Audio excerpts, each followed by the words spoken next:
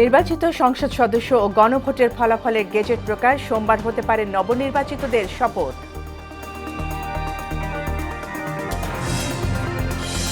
বিকেল ৩টায় বিএনপির নির্বাচনোত্তর সংবাদ সম্মেলন, ফলাফল ও সরকার গঠনের প্রস্তুতি সহ গুরুত্বপূর্ণ দিক নির্দেশনা দেবেন দলীয় প্রধান। এবারের নির্বাচনে ৫০ দল অংশ নিলেও নির্বাচিত হয়েছে মাত্র ১০টি। শীর্ষ ৩ নেতা জয় পেলেও হেরেছেন অনেক হেভিওয়েট। এবং দেশ জুড়ে পালিত হচ্ছে বসন্ত উৎসব ও বিশ্ব ভালোবাসা দিবস। নিরাপত্তার কারণে চারুকলার পরিবর্তে মুক্তিযুদ্ধ জাদুঘরে মূল আয়োজন।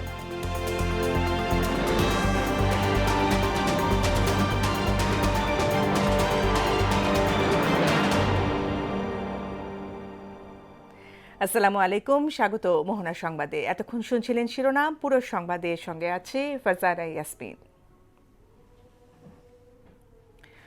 ত্রয়োদশ জাতীয় সংসদ নির্বাচনে নির্বাচিত সংসদ সদস্যদের গেজেট প্রকাশ করেছে নির্বাচন কমিশন। গতরাতে কমিশনের জ্যেষ্ঠ সচিব আক্তার আহমেদ এই গেজেট জারি করেন। গেজেটে নির্বাচিত সংসদ সদস্যদের নাম, পিতা বা স্বামীর নাম, মাতার নাম এবং ঠিকানা প্রকাশ করা হয়েছে। এখন সংসদ সদস্য হিসেবে শপথের আয়োজন করা হবে। এ সময় গণভোটের ফলাফলেরও গেজেট প্রকাশ করা হয়। ১৬ ফেব্রুয়ারি নবনির্বাচিত সংসদ সদস্যদের শপথ পড়াতে পারেন প্রধান বিচারপতি। এরপর ১৮ ফেব্রুয়ারিতেই নতুন মন্ত্রিসভা গঠনের মধ্য দিয়ে রাষ্ট্র পরিচালনার হাল ধরবেন তারেক রহমান। ত্রয়োদশ জাতীয় সংসদ নির্বাচনে এখন পর্যন্ত বেসরকারিভাবে ২৯৭ আসনের চূড়ান্ত ফলাফল প্রকাশ করেছে নির্বাচন কমিশন। ভোটের পর এখন নতুন মন্ত্রিসভার অপেক্ষা। শীঘ্রই সরকার গঠন করবে বিএনপি। নবনির্বাচিত সংসদ সদস্যদের শপথ বাক্য পাঠ করাতে পারেন প্রধান বিচারপতি জুবায়ের রহমান চৌধুরী। এছাড়া আরও একটি বিধান রয়েছে, ৩ দিনের মধ্যে যদি এই শপথ না হয় তাহলে প্রধান নির্বাচন কমিশনারও শপথ গ্রহণ করাতে পারবেন। ত্রয়োদশ জাতীয় সংসদ নির্বাচনে নিরঙ্কুশ সংখ্যাগরিষ্ঠতা পেয়ে বিজয়ের পর সংবাদ সম্মেলন ডেকেছে বিএনপি। বিকেল ৩টায় রাজধানীর হোটেল ইন্টারকন্টিনেন্টালের বলরুমে এই নির্বাচনোত্তর সংবাদ সম্মেলন হবে। দলটির মিডিয়া সেলের সদস্য শাহরুল কবির খান বিষয়টি নিশ্চিত করেছেন। সংবাদ সম্মেলনে বক্তব্য দেবেন দলের চেয়ারম্যান তারেক রহমান। এতে নির্বাচনের ফলাফল, সরকার গঠনের প্রস্তুতি সহ গুরুত্বপূর্ণ দিক নির্দেশনা দেবেন তিনি।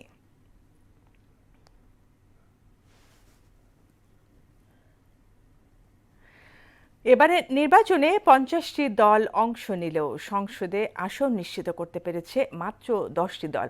এর মধ্যে সিংহভাগ আসনে পেয়েছে বিএনপি, জামায়াত ও এনসিপি। দলগুলোর শীর্ষ ৩ নেতা নির্বাচনে জয় পেলেও হেরে গেছেন অনেক আলোচিত ও হেভিওয়েট প্রার্থী। আবার জামানত হারিয়েছেন অনেকেই। শামীমুজ্জামান চৌধুরীর রিপোর্ট। নানা আলোচনা সমালোচনার মধ্য দিয়ে শেষ হলো ত্রয়োদশ জাতীয় সংসদ নির্বাচন ও গণভোট। বেসরকারি ফলে বিএনপি জয়লাভ করেছে, তবে বিএনপি, জামায়াত সহ বিভিন্ন দলের বেশ কয়েকজন আলোচিত ও হেভিওয়েট প্রার্থীর পরাজয় হয়েছে। নির্বাচনে বেসরকারিভাবে প্রাপ্ত ফলাফলে খুলনা ৫ আসনে বাংলাদেশ জামাতে ইসলামের মনোনীত প্রার্থী ও দলের সেক্রেটারি জেনারেল মিয়া গোলাম পরোয়ার দাঁড়িপাল্লা প্রতীক নিয়ে ১,৪৪,৯৫৬ ভোট পেয়ে পরাজিত হয়েছেন। ওই আসনে ১,৪৭,৬৫৮ ভোট পেয়ে বিজয়ী হয়েছেন বিএনপির প্রার্থী মোহাম্মদ আলী আসগার। ভোটের ব্যবধান ২,৭০২। এদিকে বগুড়া ২ আসনে নাগরিক ঐক্যের সভাপতি মাহমুদুর রহমান মান্না কেটলি প্রতীকে মাত্র ৩,৪২৬ ভোট পেয়ে জামানত হারিয়েছেন। বিএনপির প্রার্থী মীর শাহে আলম ১,৪৫,০২৪ ভোট পেয়ে বেসরকারিভাবে নির্বাচিত হয়েছেন। তার নিকটতম প্রতিদ্বন্দ্বী জামায়াত প্রার্থী মাওলানা শাহাদাতুজ্জামান পেয়েছেন ৯৩,৫৪৮ ভোট। পঞ্চগড় ১ আসনে বিএনপির প্রার্থী নওশাদ জমির ধানের শীষ প্রতীকে ১,৭৪,৪৩০ ভোট পেয়েছেন। তার নিকটতম প্রতিদ্বন্দ্বী জাতীয় নাগরিক পার্টির উত্তরাঞ্চলের মুখ্য সমন্বয়ক ও ১১ দলীয় জোটের মনোনীত প্রার্থী সার্জিস আলম শাপলাকলি প্রতীক নিয়ে পেয়েছেন ১,৬৬,১২৬ ভোট। এছাড়া বহুল আলোচিত ঢাকা ৮ আসনে ৫৯,৩৬৬ ভোট পেয়ে বেসরকারিভাবে নির্বাচিত হয়েছেন বিএনপির প্রার্থী মির্জা আব্বাস। তার নিকটতম প্রতিদ্বন্দ্বী প্রার্থী এনসিপির নাসির উদ্দিন পাটোয়ারি পেয়েছেন ৫৪,১২৭ ভোট। ঢাকা ৯ আসনের স্বতন্ত্র প্রার্থী তাসনিম জারা ৪৪,৬৮৪ ভোট পেয়ে পরাজিত হয়েছেন। তাকে হারিয়েছেন বিএনপির প্রার্থী হাবিবুর রশিদ। তিনি পেয়েছেন ১,১১,২১২ ভোট। এছাড়াও রংপুর ৩ আসনে ১,৭৫,৮২৭ ভোট পেয়ে জয় হয়েছে জামায়াতের মোহাম্মদ মাহবুবুর রহমান। আর নাঙ্গলপতিকে জাতীয় পার্টির চেয়ারম্যান গোলাম মোহাম্মদ কাদের পেয়েছেন ৪৩,৩৮৫ ভোট। শামীমুজ্জামান চৌধুরী, মোহনা সংবাদ, ঢাকা। ত্রয়োদশ জাতীয় সংসদ নির্বাচনে বিএনপি সরকার গঠনের জন্য নিরঙ্কুশ সংখ্যাগরিষ্ঠতা পেয়েছে। সারা দেশে নির্বাচিত প্রার্থীরা, তাদের সমর্থকরা ও সাধারণ মানুষ নানাভাবে বিজয় উদযাপন করছে। প্রতিনিধিদের তথ্যে আফরিন পপির ডেস্ক রিপোর্ট। নারায়ণগঞ্জ ২ আসনের বিএনপি প্রার্থী নজরুল ইসলাম আজাদ জয়ের পর ভোটারদের প্রতি কৃতজ্ঞতা প্রকাশ করেছেন। নাটোরে বিএনপির বিজয় উপলক্ষে বিশেষ দোয়া অনুষ্ঠিত হয়েছে। এতে অংশ নেন নাটোর ২ আসনে বিএনপির বিজয়ী প্রার্থী রুহুল কুদ্দুস তালুকদার দুলু। নওগাঁয় ৪ আসনের নির্বাচিত প্রার্থী একরামুল বাড়ি টিপুকে ও নওগাঁ ১ আসনের মোহাম্মদ মোস্তাফিজুর রহমানকে সাধারণ মানুষ ও নেতাকর্মীরা শুভেচ্ছা ও অভিনন্দন জানিয়েছেন। ময়মনসিংহে রিটার্নিং কর্মকর্তার কার্যালয় থেকে নবনির্বাচিত প্রার্থীদের হাতে ফলাফল হস্তান্তর ও শুভেচ্ছা বিনিময় করেন জেলা রিটার্নিং কর্মকর্তা। চাঁপাইনবাবগঞ্জের নাচলে চাঁপাইনবাবগঞ্জ ২ আসনের নবনির্বাচিত জামায়াতের প্রার্থী মোহাম্মদ মিজানুর রহমানের সঙ্গে নেতাকর্মীদের সৌজন্য সাক্ষাৎ হয়েছে। বাগেরহাট ৩ আসনে নেতাকর্মীদের ফুলেল শুভেচ্ছায় সিক্ত হয়েছেন বিএনপির নির্বাচিত প্রার্থী ডক্টর শেখ ফরিদুল ইসলাম। ঝালকাঠির কাঠালিয়া হাই স্কুল মাঠে দলীয় নেতাকর্মীদের সঙ্গে শুভেচ্ছা বিনিময় করেন নবনির্বাচিত প্রার্থী মোহাম্মদ রফিকুল ইসলাম জামাল। নির্বাচনে বিজয়ী হয়ে প্রতিদ্বন্দ্বী জামায়াতে ইসলামীর প্রার্থীর সঙ্গে সৌজন্য সাক্ষাৎ করেন মৌলভীবাজার ৩ আসনের প্রার্থী এম নাসির রহমান। মানিকগঞ্জ ১ আসনে নির্বাচিত হয়ে বিজয়ের অনুভূতি প্রকাশ করেন এস এ জিন্না কবির। নির্বাচনে পিরোজপুর ১ আসনে বিজয়ী প্রার্থী মাসুদ সাইদি পিরোজপুরবাসীর প্রতি কৃতজ্ঞতা প্রকাশ করেন। বলতে চাই যারা আমাকে ভোট দিয়ে। নোয়াখালীর ৬টি সংসদীয় আসনের মধ্যে ৫টিতে বিএনপির ধানের শীষ প্রতীকের প্রার্থীরা নিরঙ্কুশ বিজয়ী হয়েছেন। নির্বাচিত হয়ে এলাকাবাসীর প্রতি কৃতজ্ঞতা প্রকাশ করলেন খুলনা ৪ আসনের বিএনপির বিজয়ী প্রার্থী আজিজুল বারী হেলাল। ঝালকাঠি ২ আসনে ধানের শীষ প্রতীক নিয়ে ইশরাত সুলতানা ইলেন ভুট্টো নির্বাচিত হওয়ায় ফুল দিয়ে শুভেচ্ছা জানিয়েছে নেতাকর্মীরা। বরিশাল ৬ আসনে নির্বাচনে জামায়াতে ইসলামীর পরাজিত প্রার্থী মাওলানা মাহমুদুন নবী তালুকদারকে ফুলেল শুভেচ্ছা জানিয়েছেন বিএনপির বিজয়ী প্রার্থী আবুল হোসেন খান। নারায়ণগঞ্জ ১ আসনে বিএনপি প্রার্থী মোস্তাফিজুর রহমান ভূঁইয়া দীপু বিপুল ভোটে জয়লাভ করায় আনন্দ উল্লাসে মেতে উঠেছে নেতাকর্মীরা। সিলেট ১ আসন থেকে নির্বাচিত বিএনপির প্রার্থী খন্দকার আব্দুল মুক্তাদির তার নিকটতম প্রতিদ্বন্দ্বী জামায়াতের প্রার্থী মাওলানা হাবিবুর রহমানের সঙ্গে শুভেচ্ছা বিনিময় করেছেন। আফরিন পপি, মোহনা সংবাদ।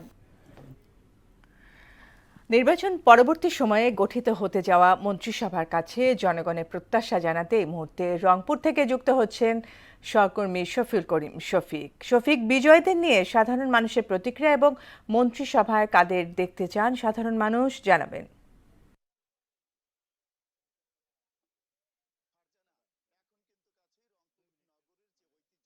কেন্দ্রীয় বাস টার্মিনাল, এই বাস টার্মিনাল থেকে আপনাকে জানাতে চাই ৫ই আগস্ট সরকার পতনের ফল এদেশের মানুষ তৃণমূল থেকে উচ্চবিত্ত পর্যন্ত সব মানুষেরা চেয়েছিল অবাধ, সুষ্ঠু এবং সকলের কাছে গ্রহণযোগ্য একটি নির্বাচন।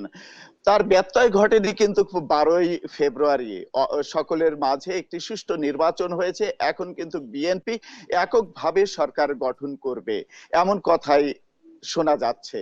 যাই বা হোক, এখন সাধারণ মানুষ কিন্তু চাচ্ছে কেমন মন্ত্রী চায়, কেমন এদেশের মানুষ চায়। এখানে কেন্দ্রীয় বাস টার্মিনাল ব্যবসায়ী সমিতির যে সাধারণ সম্পাদক সহ অন্যান্য সাধারণ মানুষ আছে, তাদের কাছে জানবো আপনারা কেমন মন্ত্রী পরিষদে মন্ত্রী চান এবং দেশ গঠনে তাদের ভূমিকা চান, একটু জানতে চাই। ধন্যবাদ মোহাম্মদ টেলিভিশনকে। আসলে মন্ত্রিসভাটা এমন একটা সভা হওয়া দরকার যেটা দেশের উন্নয়নের স্বার্থে সারা দেশের ব্যাপক উন্নয়ন হবে এবং নিরপেক্ষভাবে নিরলসভাবে কাজ করে যাবে, এরকম একটা মন্ত্রিসভার প্রয়োজন আছে।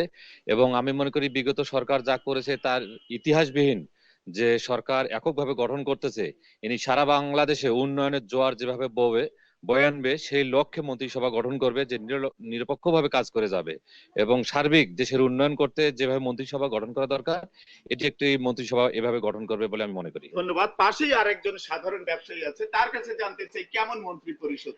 আমরা একজন আদর্শ মন্ত্রী চাই এবং আমরা উত্তরবঙ্গের এমন একজন আদর্শ মন্ত্রী চাই যিনি মানুষের মনের মধ্যে থাকবে, মনের কথা বুঝবে। সমস্ত মানে আমাদের রংপুরে কলকারখানা নাই, অন্যান্য কোনো কোনো কিছুই নেই। আজকে আমরা রংপুর অবহেলিত। যারা যে মন্ত্রী, আমরা এমন একজন মন্ত্রী চাই যিনি সমস্ত আমাদের আমাদের দায় দায়িত্ব সমস্ত কিছু নিয়েই আমাদের সে সংসদে উত্থাপন করবে এবং আদর্শবান মন্ত্রী চাই, মানুষের মনের মধ্যে যেন থাকে এরকম আমরা একজন মন্ত্রী চাই। ধন্যবাদ আপনাকে। এতক্ষণ কিন্তু আপনি শুনলেন যে সারা দেশের মতো কিন্তু রংপুরেও, সারা দেশের মতো রংপুরের মানুষেরাও কিন্তু চায় মন্ত্রী পরিষদে এমন একজন মানুষ চান যিনি সুখ দুঃখ হাসি কান্না আনন্দ বেদনায় এই মানুষদের প্রান্তিক জনপদ থেকে উচ্চবিত্ত মানুষের পাশে থাকবে এবং তাদের কথা বলবে, এমন একজন মন্ত্রী চান। এই ছিল ত্রয়োদশ জাতীয় সংসদ নির্বাচনে সাধারণ মানুষের চাওয়া এবং পাওয়া। ফারজানা, এই ছিল। শফিক, আপনাকে ধন্যবাদ। দর্শক, এবার যাব গোপালগঞ্জে, সেখানে রয়েছেন সহকর্মী মাসুদ পারভেজ। একই ইস্যু নিয়ে তিনি সাধারণের মন্তব্য জানাবেন। মাসুদ, নির্বাচনের পর এখন 2-1 দিনের মধ্যেই তো শপথ অনুষ্ঠান শেষে গঠিত হবে পরবর্তী সরকার। জানতে চাই কেমন মন্ত্রিসভায় কাদেরকে এগিয়ে রাখবেন জনগণ?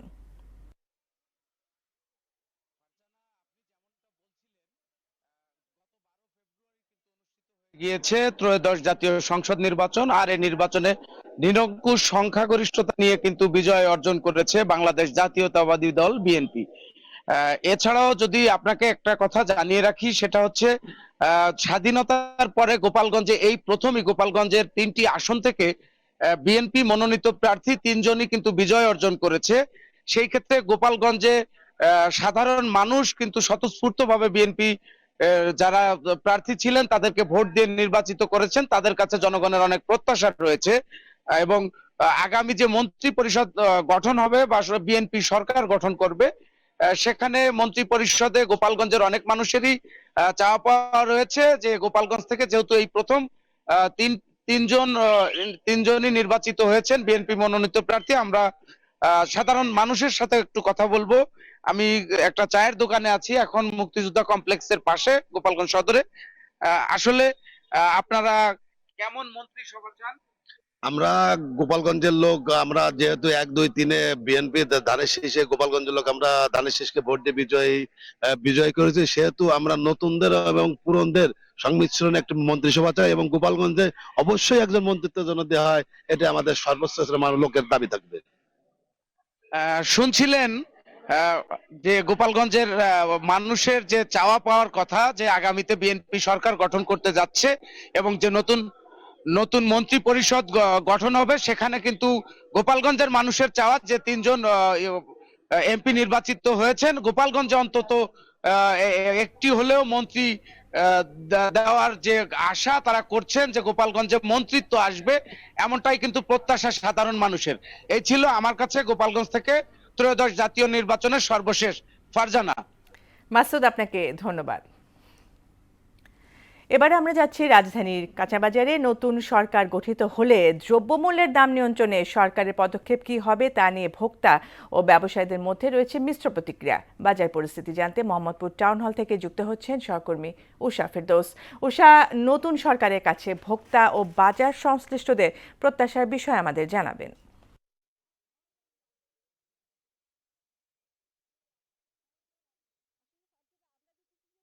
কয়েক বছর প্রায় 16-17 বছর ধরে হচ্ছে মূল্যস্ফীতির যে জাতাকল, সেই জাতাকলে পৃষ্ঠ সাধারণ মানুষের জীবন যে জীবনে হচ্ছে আসলে কোনো স্বস্তি নেই। আমরা দেখেছি যে সকাল থেকে এবং হচ্ছে বাজারগুলোতে হচ্ছে সব কিছুর নিত্যপণ্যের দাম আবার আরেক দফা বেড়েছে। কারণ হচ্ছে এই যে গত 2 দিন যে নির্বাচনের কারণে হচ্ছে যানবাহনের যে চলাচল সেটি সীমিত ছিল এবং বন্ধ ছিল, তো সেই হিসেবে সব কিছুর দাম আবার বেড়েছে। যেমন সবজি, প্রত্যেকটি ফুলকপি বাঁধাকপি 10 টাকা করে বেড়েছে, 50 টাকায় বিক্রি হচ্ছে। এবং আমি যদি লেবুর কথা বলি, এক 140 টাকা পর্যন্ত বিক্রি হচ্ছে।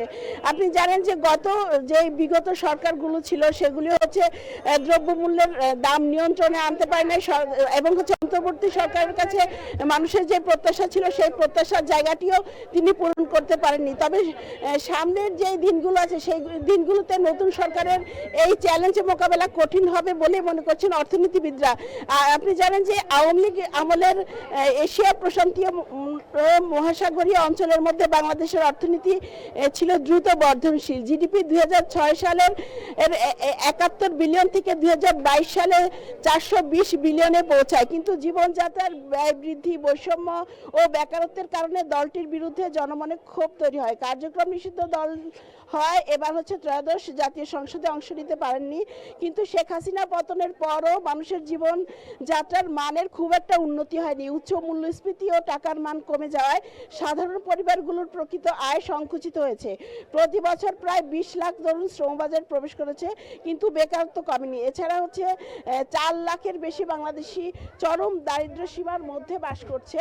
তো এই সংকটের সময় যে সামনের যে সরকার ক্ষমতায় আসবেন এবং হচ্ছে শপথ গ্রহণ করবেন, সেই সরকার যেন দ্রব্যমূল্যের বাজারটা নিয়ন্ত্রণে রাখে এবং সাধারণ মানুষের জীবন যাত্রার মান চিন্তা করেই যেন হচ্ছে বাজারটা নিয়ন্ত্রণ করে, এমনটাই প্রত্যাশা। আমরা ভোক্তাদের কাছে কথা বলেছি, তারা আমাদেরকে এমনটাই প্রত্যাশা জানিয়েছেন। সাধারণ মানুষের জীবন মানের কথা যেন নতুন সরকার চিন্তায় রাখে এবং হচ্ছে বাজার সিন্ডিকেট নিয়ন্ত্রণে কাজ করে। ফারজানা। উষা, আপনাকে ধন্যবাদ। ঢাকার কয়েকটি আসনে সরকারি মদতে ইঞ্জিনিয়ারিংয়ের মাধ্যমে জামায়াতকে জয়ী করা হয়েছে বলে অভিযোগ করলেন ঢাকার 16 আসনে বিএনপি প্রার্থী ও দলটির ঢাকা মহানগর উত্তরের আহ্বায়ক আমিনুল হক। শনিবার মিরপুরে দলের ঢাকা মহানগর উত্তর কার্যালয়ে এক সংবাদ সম্মেলনে তিনি অভিযোগ করেন। এ সময় নিজ আসনে ঘটে যাওয়া বিভিন্ন অনিয়মের বিষয়ে তুলে ধরে গেজেট প্রকাশ স্থগিত করে ভোট পুনঃগণনার দাবি জানান আমিনুল। বিশেষ কিছু কিছু কেন্দ্রে লক্ষ্য রেখে সরকারের পক্ষ থেকে এবং ভিতরে যারা প্রিজাইডিং অফিসার, সহকারী প্রিজাইডিং অফিসার রয়েছেন, পোলিং অফিসার রয়েছেন, তাদের সরাসরি মদদে ভোট গ্রহণ স্লো করা হয়। আপনারা ভোটের কাস্টিং দেখলেই বুঝতে পারবেন যে আমার যেখানে 4 লাখের উপরে ভোট, সেখানে আমার 50% ভোটও কাস্ট হয়নি। শেষ করব মোহনা সংবাদ, যাবার আগে শিরোনামগুলো আরও একবার।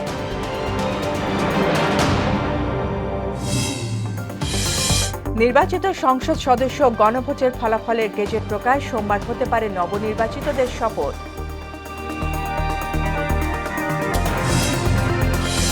বিকেল 3টায় বিএনপি নির্বাচনোত্তর সংবাদ সম্মেলন, ফলাফল ও সরকার গঠনের প্রস্তুতি সহ গুরুত্বপূর্ণ দিক নির্দেশনা দেবেন দলীয় প্রধান। এবারের নির্বাচনে 50 দল অংশ নিলেও নির্বাচিত হয়েছে মাত্র 10টি। শীর্ষ 3 নেতা জয় পেলেও হেরেছেন অনেক হেভিওয়েট। এবং দেশ জুড়ে পালিত হচ্ছে বসন্ত উৎসব ও বিশ্ব ভালোবাসা দিবস। নিরাপত্তার কারণে চারুকলার পরিবর্তে মুক্তিযুদ্ধ জাদুঘরে মূল আয়োজন।